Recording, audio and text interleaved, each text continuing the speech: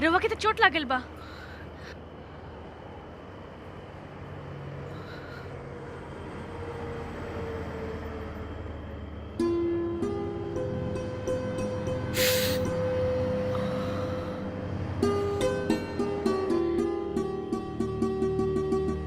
हमरा की समझ में नहीं आवत बा कि गुंडा लोग हमनी के पीछे काहे पड़ल बाड़न। देखी रवा, हमरा वजह से अपना आपके खतरा में मत डाली। ये का कहत बाड़ू तू? ई ना हो सकेला। अरे ई का? रोईना रवा, रोईना रवा, रोवत ना हंसत के बढ़िया लागेलो।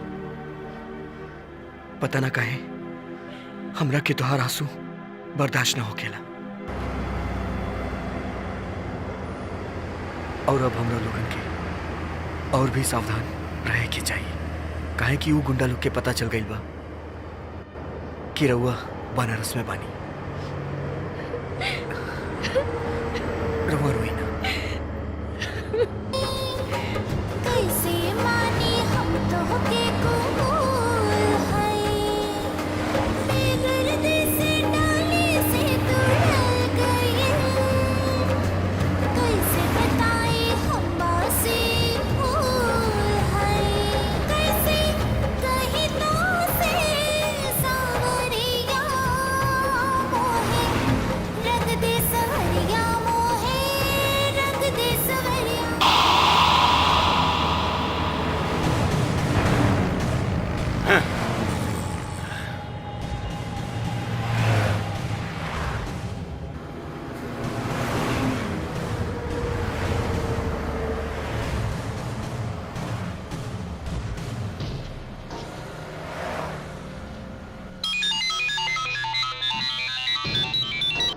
हाँ बोला कबीरा।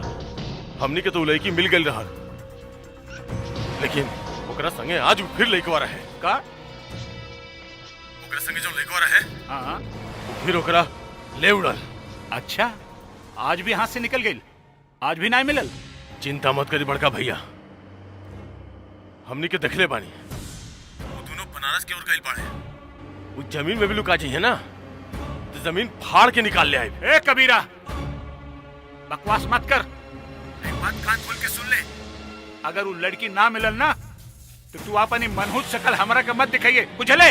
ठीक बा बड़का भैया। हट।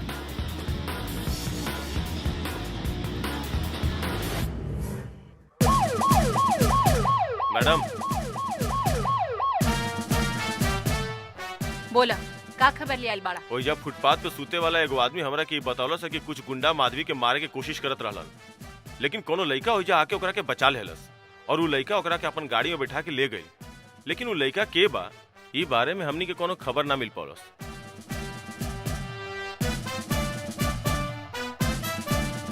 ई बात समझ में ना आइल कि कौन ओकरा के मारल चाहत बा और काहे मारल चाहत बा, और ओकरा से भी बड़ बात ई बा कि कौन ओकरा बचावल चाहत बा।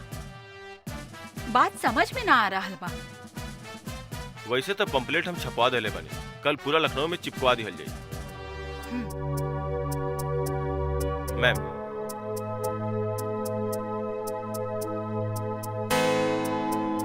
मैडम रउआ बतौले रहनी कि माधवी जी केहू के संगे बियाह करे खातिर घर छोड़ के चल गई रहनी। कहीं ई लड़का उहे त ना जेकरा से बियाह कैले होखे? हम ई बारे में ता कुछ कह न सकेनी, काहे कि मामला बहुत उलझल बा और हमरा के डर भी बा कि हमेशा खातिर कहीं हम अपन बहन के खो न दें। रउआ चिंता ना करी मैम, हम कुछ भी करके उनकर पता जरूर लगाई। रोआ ऐसन करी कि आसपास के सब जिला में माधवी के तस्वीर के संग अलर्ट भेज दी। अलर्ट तो काल ही भेजल जा चुकल बा मैम। गुड। काश के कहीं से उनकर बारे में कोनो खबर मिल जाए।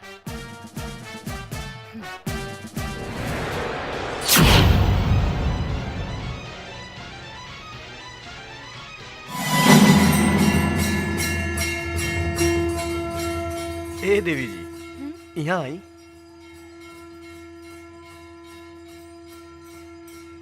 देखी, सवेरे और सांझ के यहाँ बैठ के गंगा माई के दर्शन किहल जा सकेला और ई घाट पे जे भी आवेला ओकर मन पवित्र हो जाला।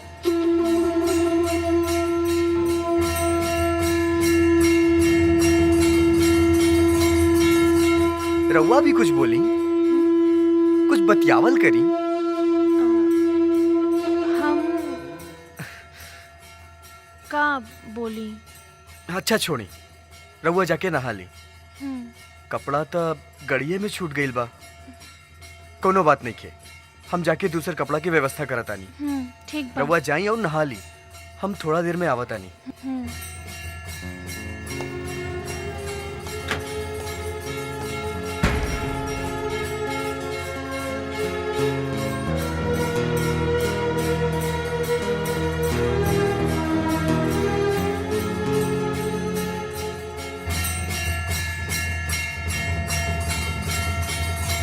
ई हमरा खातिर कितना परेशान बाड़न, अपन जान भी खतरा में डाल लेले बाड़न। अगर इनका के खरोच भी आ गई तो हमरा से बर्दाश्त ना होगी।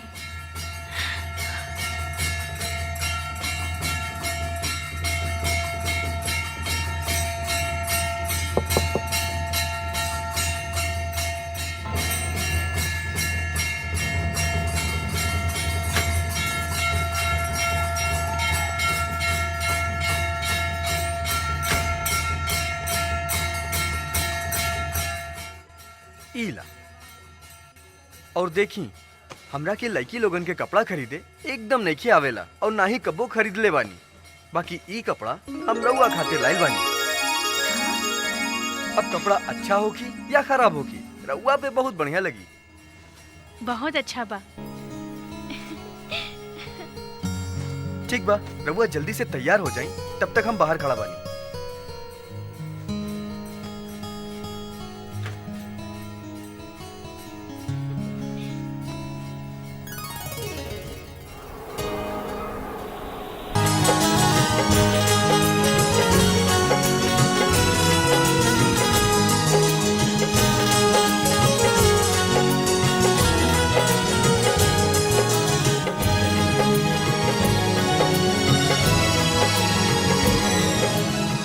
हमरा के हमार घर पहुंचावे में हम रउआ ऊपर कोनो आश ना आवे दे।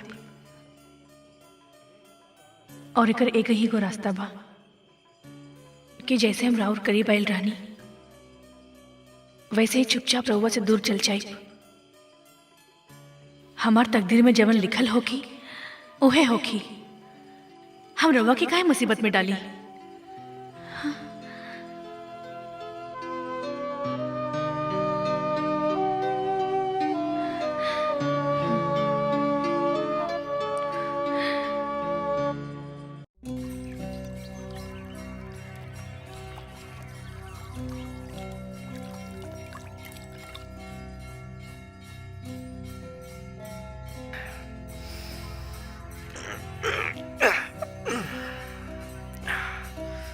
जय गंगा मैया।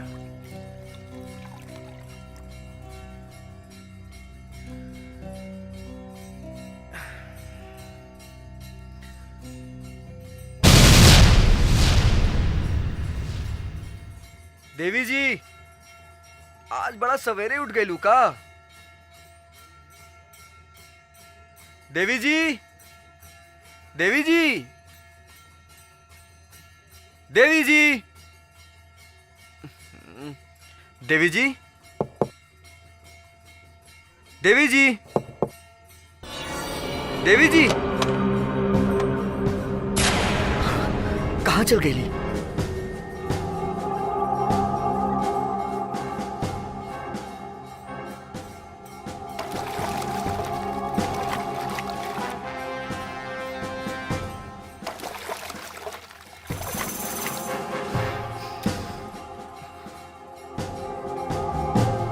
ए देवी जी, कहाँ बढ़ू तू?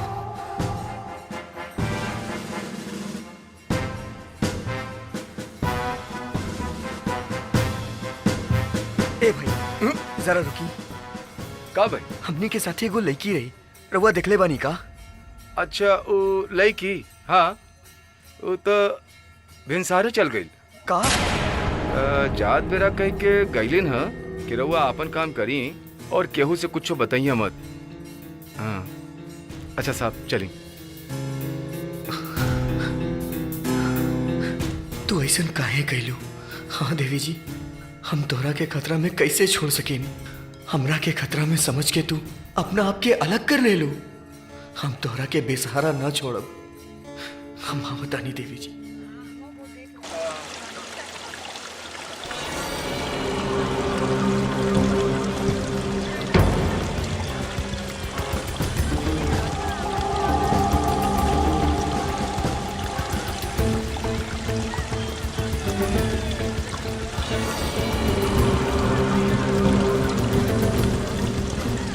पूरा बनारस हमनी के घूम लेने जा, फिर भी ओकर कहीं पता ना चलल। अब बड़का भैया के हमनी के का जवाब देल जाए? ऊ तब हमनी के कहीं के ना छोड़ी।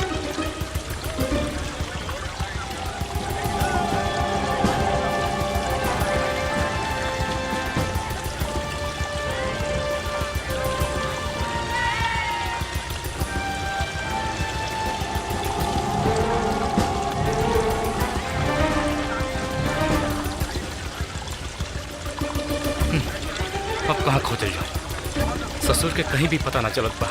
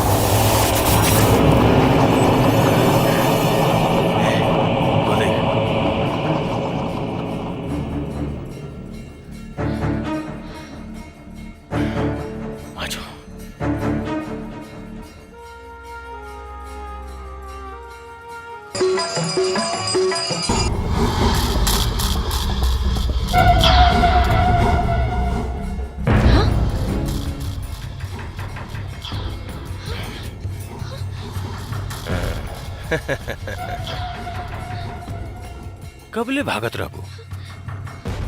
अब चला, हमनी के साथ चला, वहीं जहां से भाग के आइल बाड़ू। बेकार में अपने साथे साथे सबके मुसीबत में डाला था। तोरा वजह से वो लवंडा भी मराइल। नहीं, चुपचाप चल। हम नहीं। चल छोड़ो के। चल छोड़ो। ना, हम नहीं। चल छोड़ दो। तू लोग काहे हमरा पीछे पड़ल बाड़ा? छोड़ दो ए, हमके। चल कि ना चल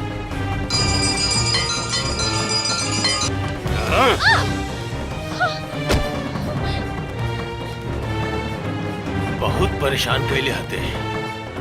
तेजा सबूत खातिर वीडियो बना ले, बड़का भैया के दिखावे के काम आई। काम हो गई बा।